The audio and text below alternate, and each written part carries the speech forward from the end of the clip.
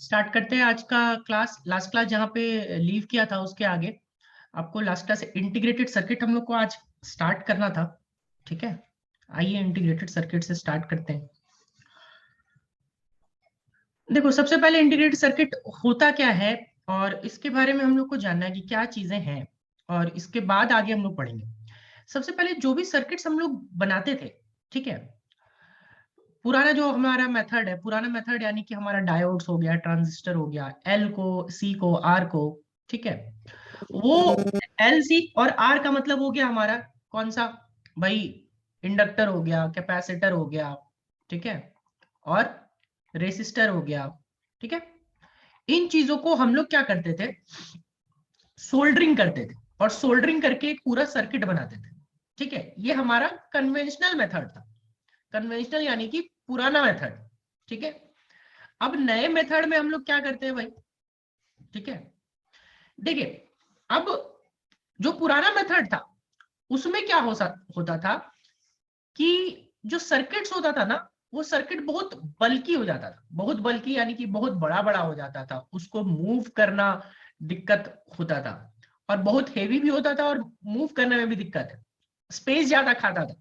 ठीक है, तो वो हमारा बहुत बल्की होता था। उस बल्की चीज को हटाने के लिए या स्पेस कम करने के लिए ना, हम लोग ने उसका मिनी एचुराइजेशन शुरू किया, मतलब उसको स्मॉल, बहुत छोटी स्पेस में बनाने का कोशिश किया।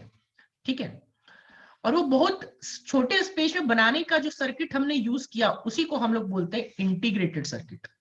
जैसे आप अभी एक जो सामने देख रहे होगे, ये एक्चुअली एक आईसी है। इसको शॉर्ट में हम लोग आईसी बोलते हैं।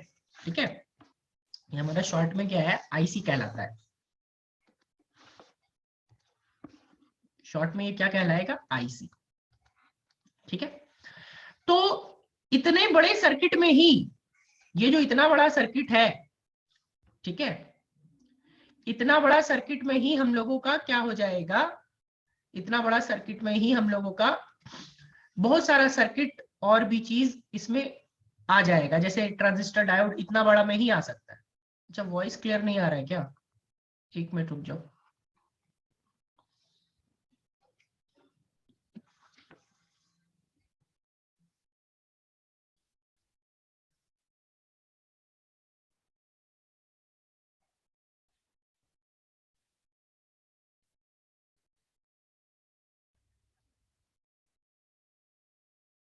अभी चेक करो एक बार, वॉइस एक बार आ रहा है क्या सभी को अभी क्लियर?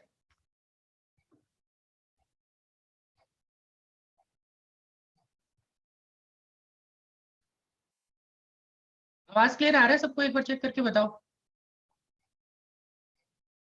चलो ओके, चलो ठीक है।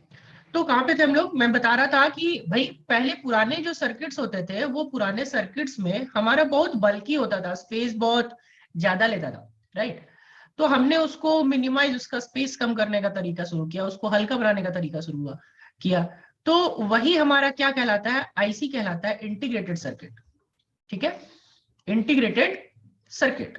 और इंटीग्रेटेड सर्किट, देखो एक फिगर मैंने ये दिखाया है, ये एक्चुअली एक आईसी है। आईसी में ना बहुत सारी चीजें आपकी हो सकती है। ठीक है, डायोड्स, ट्रांजिस्टर, सब इतने ही बड़े में चीजों में आ सकता है। ठीक है, नाउ आगे थोड़ा सा बढ़ते हैं और देखते हैं। Apart from this, such circuits were less reliable and less shock proof. जो पुराने सर्किट्स होते थे वो हमारा क्या होता था कि उस पर कम रिलाई कर सकते थे, हम भरोसेमंद नहीं होता था पुराना सर्किट्स। और शॉक प्रूफ भी कम शॉक प्रूफ होता था, ज्यादा शॉक प्रूफ नहीं होता था। पुराने सर्किट की बात करें हम लोग, आईसी की बात नहीं कर रहे। ठीक है, पुराने जो सर्किट्स होते थे उसमें शॉक भी लगने के चांसेस ज्यादा होते थे, रिलायबल कम, भरोसेमंद कम होता था। तो इस वजह से हम लोगों ने क्या किया, द कॉन्सेप्ट ऑफ फैब्रिकेटिंग, एक सारा कंपोनेंट को, ठीक है, एक छोटा सा चिप में फैब्रिकेट करना स्टार्ट किया। ठीक है, फैब्रिकेट करना स्टार्ट किया, और इस फैब्रिकेशन का मतलब सबको एक ही छोटा सा चिप में लगाना स्टार्ट किया। और इसी फैब्रिकेशन टेक्नोलॉजी की वजह से इलेक्ट्रॉनिक्स बहुत आगे बढ़ गया, उसमें एक रिवॉल्यूशन आ गया। ठीक है, the concept of fabricating an entire circuit on A small single board और चिप, ठीक है, of a semiconductor has revolutionized the electronics technology। ठीक है, मतलब कि ये आपका एक रिवॉल्यूशन ला दिया इलेक्ट्रॉनिक्स टेक्नोलॉजी। कैसे रिवॉल्यूशन लाया, तो आगे हम लोग देखते हैं। देखो इसी सर्किट को जब हम लोग सारे सर्किट को, सारे कंपोनेंट्स को एक आपका बोर्ड में, छोटे से बोर्ड में, ठीक है, अलग अलग बड़ा बड़ा हेवी यूज करने की जगह पे एक छोटे से बोर्ड में जो हम लोग उसको फैब्रिकेट कर देते हैं, यानी शोल्डर कर देते हैं, उसी सर्किट को हम लोग क्या बोलते हैं, इंटीग्रेटेड सर्किट बोलते हैं। ठीक है। और जो अभी मैक्सिमम जगह पे यूज हो रहा है, जो मोस्ट वाइडली यूज होता है, अधिकांशता यूज होता है, उसको हम लोग बोलते हैं मोनोलिथिक इंटीग्रेटेड सर्किट। अब मोनोलिथिक का क्या मतलब होता है? मोनोलिथिक का मतलब एक सिंगल साइड में हम लोग लगाते हैं, एक सिंगल बोर्ड रहता है। जैसे देखो, आप अभी अपने सामने दो बोर्ड्स देख रहे हो, ठीक है, उस बोर्ड का एक जो पार्ट है वो आपका बैक साइड है, ये वाला हमारा बैक साइड है, बैक साइड बोलो या ट्रैक साइड बोलो। दूसरा जो है वो हमारा कंपोनेंट साइड है, ठीक है। अब ये सर्किट्स आप लोग छोटे छोटे कार्स में, रिमोट कंट्रोल कार में, या फिर कोई भी इलेक्ट्रॉनिक कंपोनेंट में आप जब तोड़ोगे तो, या फिर देखोगे उसको खोलोगे अंदर से, तो आपको ये चीजें दिखेगी। एक साइड में इसका देखो, हम लोग को इस सर्किट में ना आपको वायर्स नहीं यूज होते।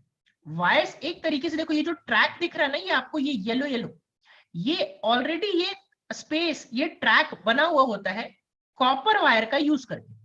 ठीक है, ये ट्रैक जहां पे मैं अभी रेड पेन चला रहा हूं, जो येलो वाला दिखा हुआ है, ठीक है, इसमें ये सारा कनेक्शन ऑलरेडी होता है। अभी अगर हम लोग इसको सिंपल कनेक्शन करते बाहर से, तो आपको सोचो इतने लंबे लंबे तार जोड़ने पड़ते, और वो लंबे लंबे तार जोड़ने के बाद क्या होता कि बहुत हेवी, बल्कि भी हो जाता वो, और वायर्स का कनेक्शन सही करना, मतलब आपको उलझ भी जाता वायर।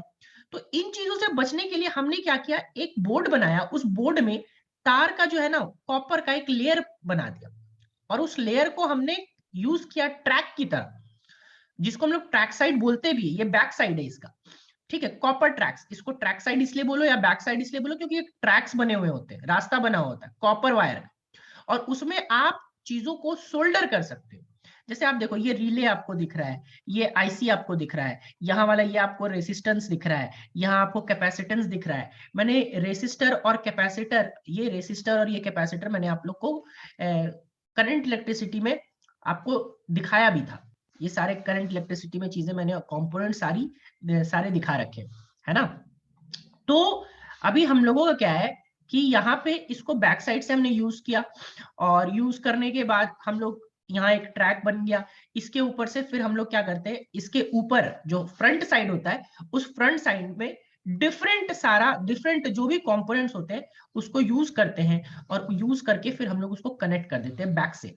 ठीक है, तो उसको हम लोग का, जैसे देखो सामने से यहाँ पे एक कैपेसिटर कनेक्ट किया, ये हमने रेसिस्टर कनेक्ट किया, ये एक आपका चिप कनेक्ट हो गया, ठीक है, ये आपका, ये भी आपका रेसिस्टर वेरिएबल है, ये स्विच है, ये रिले है, ये बल्ब है, और यहाँ पे भी एक कनेक्शन, बैटरी का कनेक्शन के लिए चीजें दी हुई है। ठीक है, तो इन सबको हमने आगे से कनेक्ट किया और चिप में इसको फिक्स कर दिया। अब क्या होगा कि अगर कल को हमें ये चीज मूव करवाना है, ये सर्किट पूरा मूव करवाना है, तो आप पूरा ये चिप को ही मूव करवा दोगे, ये पूरा सेट को मूव करवा दोगे, तो आपको बार बार वायर वायर टूटने का झंझट, वायर उलझने का झंझट, वो सब चीजों से बच जाओ। और ये कंप्लीट जो सेटअप हमारे पास बन रहा है, ये कंप्लीट सेटअप को ही हम लोग बोलते हैं आईसी। ठीक है, क्या बोलते हैं एक्चुअली, ये आईसी हो गया, ये the PCB shown above is a 555 monostable circuit, यानी कि ये जो पूरा सर्किट है इसको हम लोग मोनोस्टेबल सर्किट बोलते हैं। ठीक है, और इसी सर्किट, ये जो आपका है आईसी, जब हम लोगों ने क्या किया, सेमीकंडक्टर, डायोड और ट्रांजिस्टर वगैरह या फिर बाकी सारी चीजों को इसमें किया, तो ये आईसी कहलाता है। ये ब्लैक वाला जो दिख रहा है आपको, ये ब्लैक वाले को हम लोग आईसी बोलते हैं। ठीक है, नाउ आईसी सबको क्लियर हुआ कि क्या होता है, और क्यों हम लोग आईसी यूज कर रहे हैं, पुराने सर्किट की जगह पे हम लोगों ने आईसी क्यों यूज करना स्टार्ट किया। क्या ये क्लियर हुआ सबको? ये बताओ जल्दी से।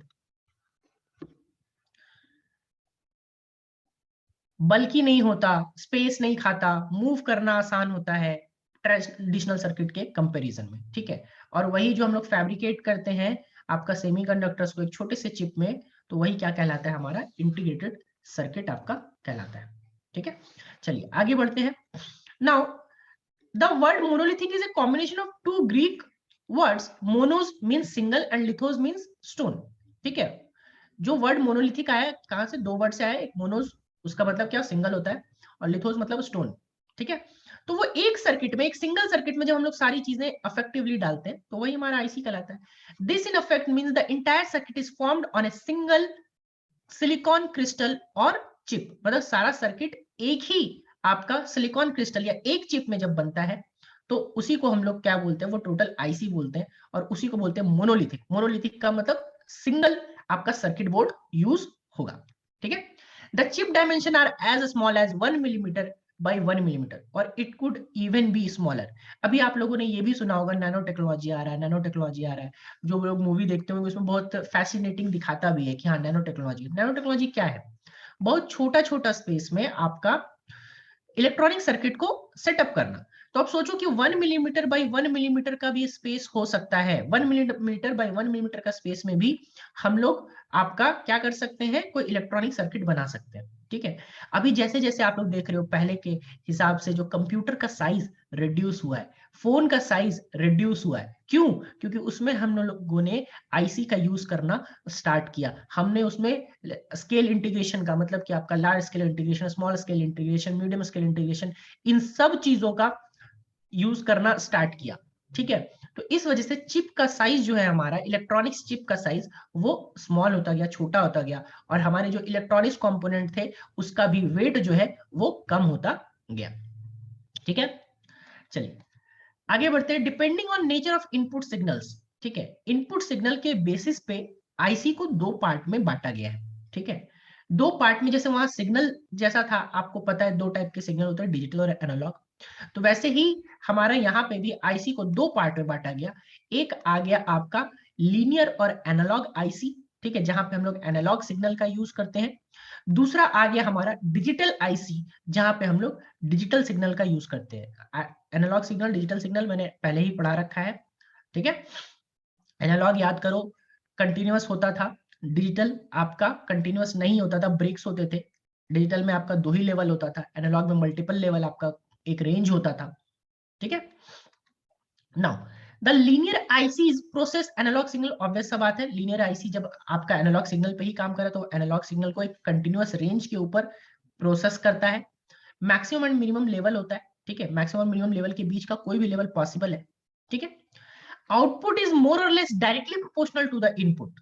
आउटपुट जो निकलेगा, ठीक है, आपका एनालॉग आईसी का, ठीक है, या लीनियर आईसी का, वो आपका डायरेक्टली प्रोपोर्शनल होगा किसके? इनपुट के। मतलब लीनियर वेरिएशन होगा, इसीलिए इसको हम लोग लीनियर वेरिएशन का मतलब लाइन, आपका जो ग्राफ बनेगा वो स्ट्रेट लाइन की तरह बनेगा। ग्राफ जो बनेगा वो कैसा बनेगा?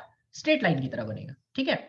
और मोस्ट इंपॉर्टेंट आईसी जो है, लीनियर आईसी है, वो ओपैम्प है, ऑपरेशनल एम्पलीफायर है, जिसको हम लोग शॉर्ट में ओपैम्प बोलते हैं, जो आप हायर क्लासेस में पढ़ोगे, ठीक है। पहले था आपके सिलेबस में, अभी नहीं, बहुत साल पहले, 10-15 साल, 10 साल पहले के सिलेबस में, बट अभी आपके सिलेबस से हटा दिया गया ओपैम्प, ऑपरेशनल एम्पलीफायर, ठीक है। तो बस ये ध्यान रखना कि लीनियर आईसी का एक एग्जांपल क्या होता है, तो ऑपरेशनल एम्पलीफायर होता है। उसका ग्राफ कैसा होता है? तो आपका लीनियर ग्राफ बनता है क्योंकि डायरेक्टली प्रोपोर्शनल होता है, ठीक है। नाउ डिजिटल आईसी जो है वो आपका दो ही वैल्यू होता है, अभी जो बताया, दो लेवल होता है, एक हाई एक लो। और जो सर्किट ये लोग यूज करते हैं, डिजिटल आईसी में जो सर्किट यूज करते हैं हम लोग, कौन सा सर्किट यूज करते हैं? लॉजिक गेट्स, जो हम लोग ऑलरेडी पढ़ चुके हैं। The digital IC process signals that have only two values, they contain circuits such as logic gates. मतलब डिजिटल आईसी जितना होगा उसमें क्या होगा? लॉजिक गेट्स होगा। कोई भी लॉजिक गेट्स होता है, एंड, और, नॉट, नैंड, नॉर, वो सारा हो सकता है, ठीक है। नाउ आगे बढ़ते हैं। Depending upon the level of integration the ICs are termed as small scale integration. आपका एक सर्किट में देखो, अगर हमारे पास कोई एक सर्किट बोर्ड लिए, जैसे मैंने अभी एक सर्किट बोर्ड आपको दिखाया था, उस सर्किट बोर्ड में कितने कंपोनेंट थे? 4-5 कंपोनेंट होंगे। तो अगर एक सर्किट बोर्ड लिया और उस सर्किट बोर्ड में जो लॉजिक गेट्स है उसके नंबर्स कितना से कम हुए? 10 से कम हुए।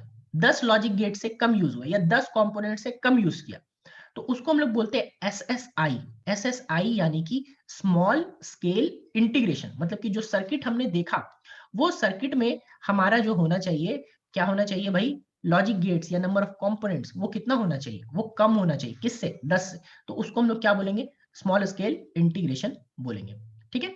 इसी तरह एमएसआई आता है, एलएसआई आता है और वीएलएसआई आता है, ठीक है। इसमें आपका लॉजिक गेट्स, जब लॉजिक गेट्स बोलो या कंपोनेंट्स बोलो, एक सर्किट लो, उस सर्किट में कितने कंपोनेंट्स होंगे, 100 से कम कंपोनेंट्स या 100 से कम लॉजिक गेट्स होंगे, तो उसको हम लोग बोलेंगे मीडियम स्केल इंटीग्रेशन। फिर एक लार्ज स्केल इंटीग्रेशन, मतलब उतने ही बड़े सर्किट बोर्ड में, सोच लो उतना ही बड़ा सर्किट बोर्ड, मतलब 1 सेंटीमीटर बाई 1 सेंटीमीटर या 1 मिलीमीटर बाई 1 मिलीमीटर, उतना बड़ा सर्किट गेट में हम लोग कितना लॉजिक गेट्स लगाएंगे, लेस देन आपका 1000 लगाएंगे, तो वो क्या कहलाएगा, लार्ज स्केल इंटीग्रेशन। ठीक है, और जैसे ही 1000 से ऊपर जाएगा, 1000 से ऊपर जितने भी कंपोनेंट्स जाएंगे, वो सारा कहलाएगा VLSI, यानी कि वेरी लार्ज स्केल इंटीग्रेशन। जो हमारा ये, आप अगर इंजीनियरिंग करोगे या BSc करोगे फिजिक्स से, तो उसमें जाकर के ये एक पेपर आता है आपका VLSI, पूरा कंप्लीट VLSI पे कंप्लीट पेपर ही है आपका, जैसे एक सब्जेक्ट है ना, तो वैसे ही एक सब्जेक्ट आएगा, और वहां पे हम लोग इसके बारे में मोर डिटेल में पढ़ेंगे, ठीक है, हायर क्लासेस में। ठीक है, तो यहाँ पे 4 तरीके का इंटीग्रेशन आया, small scale integration, medium scale integration, large scale integration, very large scale integration. सब में 10-10 का फैक्टर बढ़ता जाता है, पहले लेस देन 10, फिर लेस देन 100, फिर लेस देन 1000, लास्ट वाला ग्रेटर देन 1000। ठीक है, चलो, the technology of the fabrication is very involve, but large scale industrial production has made them very inexpensive.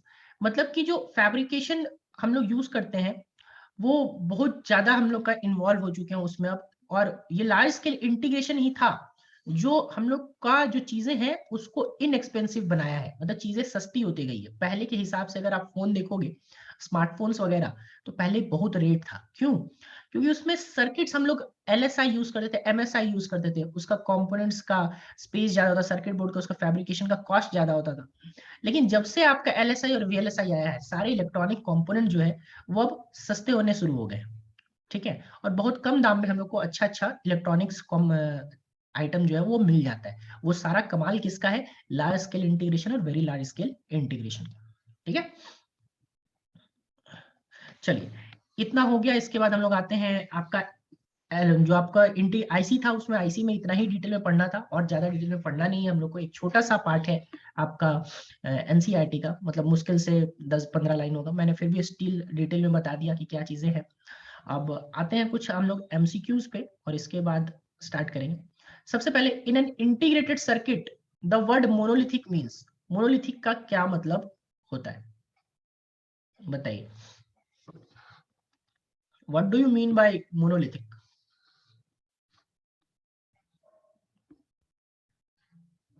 Yes, single stone. Single stone का मतलब हम लोग इसको इसलिए मोनोलिथिक बोलते हैं क्योंकि एक सिंगल सर्किट में बहुत सारा कंपोनेंट्स को कनेक्ट किया जाता है।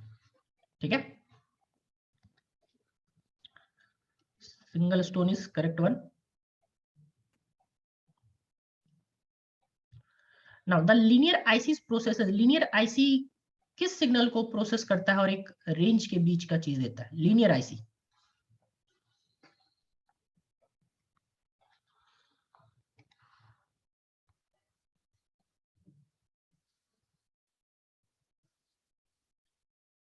यस, एनालॉग सिग्नल को प्रोसेस करता है वो। ठीक है, कौन सा सिग्नल को, एनालॉग सिग्नल को प्रोसेस करता है। ठीक है, now objective type question IC में उतना ही था। कुछ ऑब्जेक्टिव टाइप क्वेश्चंस हम लोग करते हैं लॉजिक गेट्स के ऊपर और बाकी सारी चीजों के ऊपर, इसके बाद हम लोग आगे बढ़ते जाएंगे। लॉजिक गेट्स के ऊपर सबसे पहले कुछ आपका क्वेश्चन देखो, आपको दो इनपुट दिया हुआ, A equals to B equals to 1।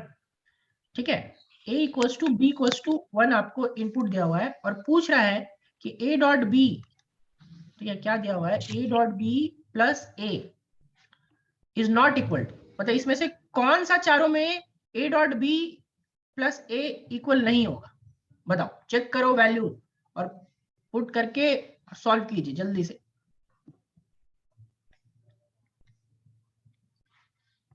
इसके बाद हम लोग देखेंगे, सोचिए और बताइए क्या बोल रहा है। A equals to B equals to 1 दिया हुआ है, बोल रहा है कि then in terms of Boolean algebra the value of A dot B plus A is not equal to, किसके बराबर नहीं होगा। कुछ लोगों का जवाब आना शुरू हुआ है। ओके,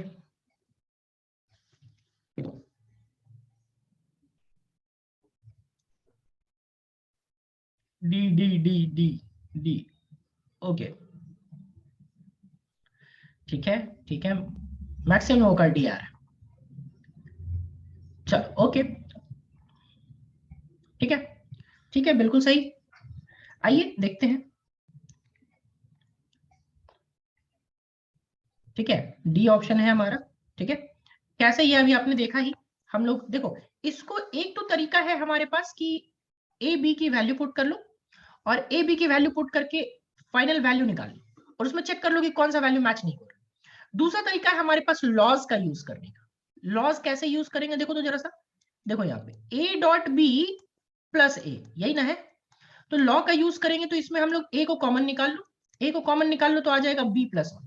अब b प्लस वन की वैल्यू क्या होती है, b होती है। b प्लस वन की वैल्यू क्या होती है, b होती है। तो यहाँ पे आ जाएगा b प्लस वन की वैल्यू a इंटू बी। ठीक है, a इंटू बी आ गया, है कि नहीं।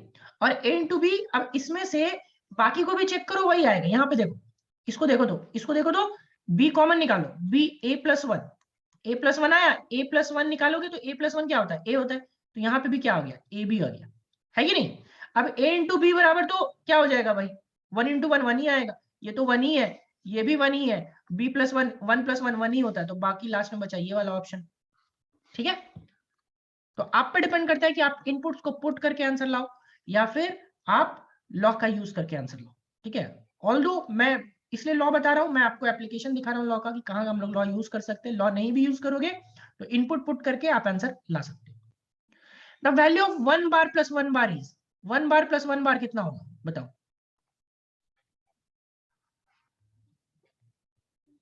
जल्दी जल्दी, लेट नहीं।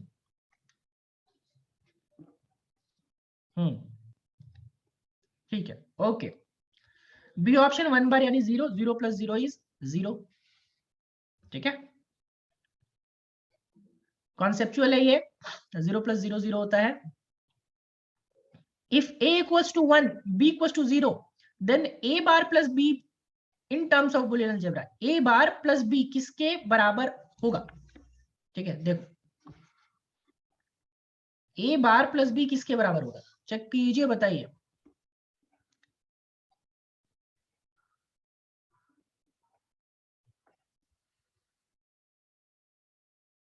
b b b b b, okay, ठीक है, गुड। a बार यानी कि वन का बार, वन का बार यानी zero, zero plus B, zero plus zero, zero plus zero zero, zero इसमें से कौन सा दिख रहा है, b दिख रहा है। ठीक है,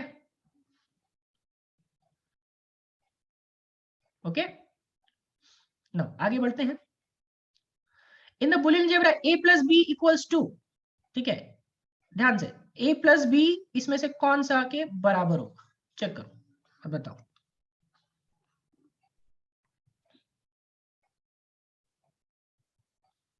ठीक है राहुल, नई बिंदी सोचिए फिर से। विक्की का ठीक है, विक्रम का भी ठीक है। बार का बार याद करो, बार का बार यानी कि वही हो जाता था, वन का बार लो जीरो, फिर जीरो का बार लो, फिर से वन। तो बार का बार लोगे तो दोनों बराबर हो जाएगा ना। ठीक है, तो option number C is correct, option number C is correct. Conceptual चीज है ये बता रखा है मैंने कि ए बार का बार, इसको ए ही बोलते हैं, ये लॉज में बताया है मैंने। ठीक है, इसलिए ए बार का बार यानी ए हो गया, बी बार का बार यानी बी हो गया, तो ए प्लस बी हो जाएगा, option number C. Next, the logic expression which is not equal to one in Boolean algebra, इसमें से कौन सा एक्सप्रेशन वन के बराबर नहीं होगा,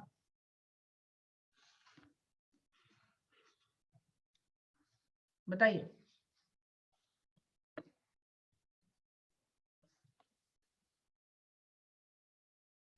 ठीक है सौम्या, ये आप इसका आंसर दे रहे हो, पुराना वाला का आंसर दिए थे। ठीक है मुनमुन, आपका भी। ज्योत्सना फिर से सोचो।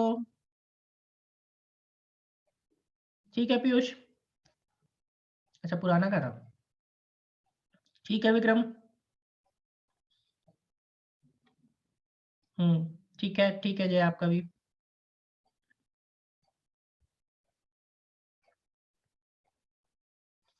बाकी लोग सोचो सोचो, पुट करो, पुट करके आंसर दे लाओ ना। देखो ना सिंपली, अगर आप one, logic expression which is not equal to one, देखो तो ए का वैल्यू क्या हो सकता है, ए का वैल्यू आप क्या ले सकते हो, सो बताओ, या तो 0 ले सकते हो या तो 1 ले सकते हो। पुट करो और चेक करो तो 0 + 1, 0 + 1 क्या होगा जी, 1 ही तो होगा। फिर 1 + 1, 1 + 1 क्या होगा, 1 ही तो होगा, यानी ए तो पॉसिबल है ही नहीं। ए प्लस ए बार यानी ए का वैल्यू 1 ले लो। 1 + 0 का बार, 1 + 0 का बार कितना हो गया बाबू, 1। 1 + 1, 1 + 1 कितना होता है, 1 ही होता है। 1 की जगह क्या लोगे, 1 + 1 का बार, तो 1 + 1 का बार यानी 1 + 0, तो 1 + 0 यानी कि 1 ही तो होगा। फिर 0 ले लो, तो 0 + 0 का बार, तो 0 + 0 का बार यानी कि 0 + 1, 0 + 1 यानी 1, तो ए होगा नहीं, सी होगा नहीं। मैं इसलिए चेक कर रहा हूं, आप डायरेक्ट चेक करोगे बी, तो बी आपका आंसर आ जाएगा। ए डॉट ए यानी कि क्या लिखोगे, 0.0, 0.0, 0, 0 का बार 1, 1 का बार 0, ठीक है। तो यहाँ पे भी आपका ए बार चेक करो तो जरा सा, ए बार चेक करो तो 1.1 का बार, 1.1 का बार कितना हो गया बाबू, 1.0, 1.0 यानी कितना, 0। क्लियर, ठीक है। तो option number B is correct. और डी चेक करोगे तो डी भी आ जाएगा इसमें। इसमें थोड़ा सा मिस्टेक हुआ है, मुझे यहाँ पे देना नहीं चाहिए था, मुझे देना था ऐसा, ये डबल बार पड़ गया, ए का होल बार ऐसे देना था मुझे एक्चुअली, ठीक है।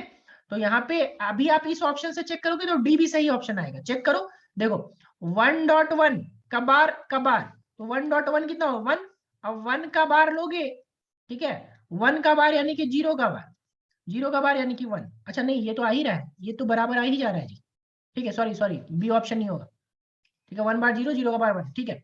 0 से चेक करो तो 0.0 का बार, तो 0.0 यानी 0, 0 का बार, तो 0 का बार का 1 का बार, एक जगह यहाँ पे मिस्टेक हो रहा है, 0 वाले में सेटिस्फाई नहीं कर रहा है, ठीक है। तो वैसे मोस्ट सुटेबल ऑप्शन आपका कौन सा है, ऑप्शन नंबर बी, ठीक है। चलो आगे बढ़ते हैं। Now in the Boolean algebra A bar dot B bar equals to, सोचो डिमॉर्गन्स थ्योरम है ये, A bar dot B bar equals to,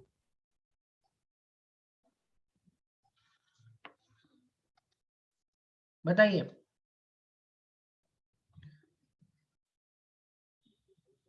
ठीक है रोशन, मुनमुन सोचो फिर से, विक्रम का ठीक है, सोनिका का ठीक है, जया का भी ठीक है, विक्की का भी ठीक है, राहुल का भी ठीक है, ठीक है अश्विनी। मैंने आपको तरीका बताया था, उल्टा करते हो, इनवर्स लेते हो तो सिंबल चेंज हो जाता है।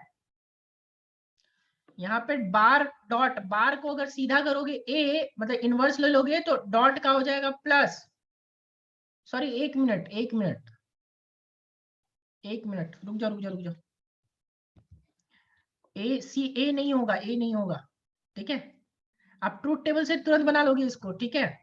अच्छा एक मिनट रुको, तो ए प्लस बी, ए बार का डॉट करो, ए बार आ गया आपका, ठीक है, प्लस बी बार, हाँ ठीक है।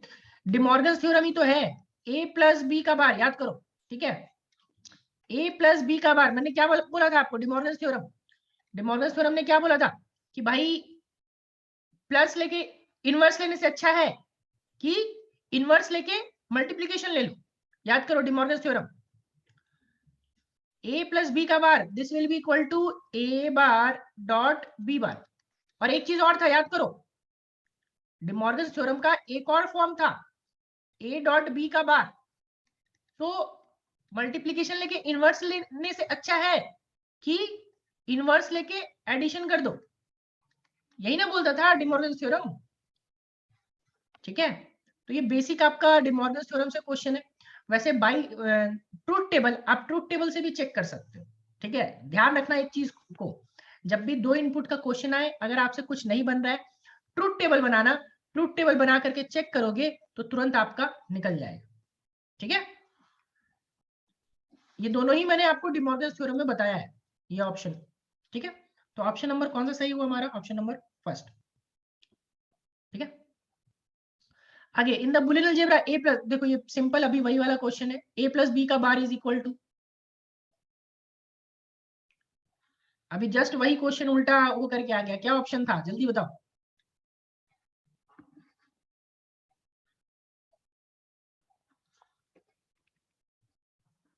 यस डी, ठीक है।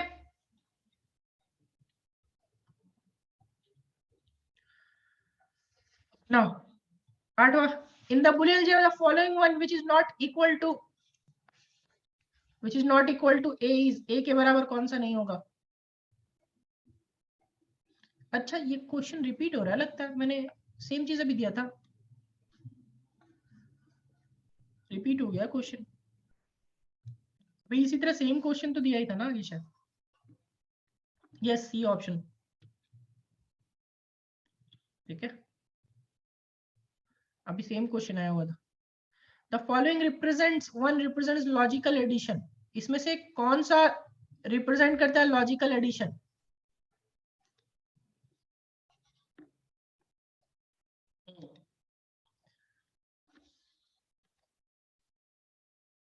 यस 1 + 1 यानी आपका सी हो जाएगा, ठीक है।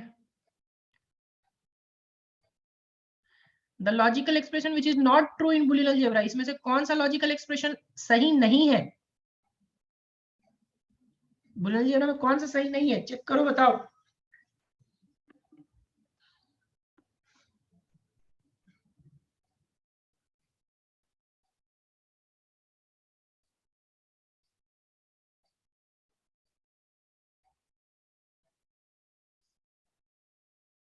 ठीक है डी,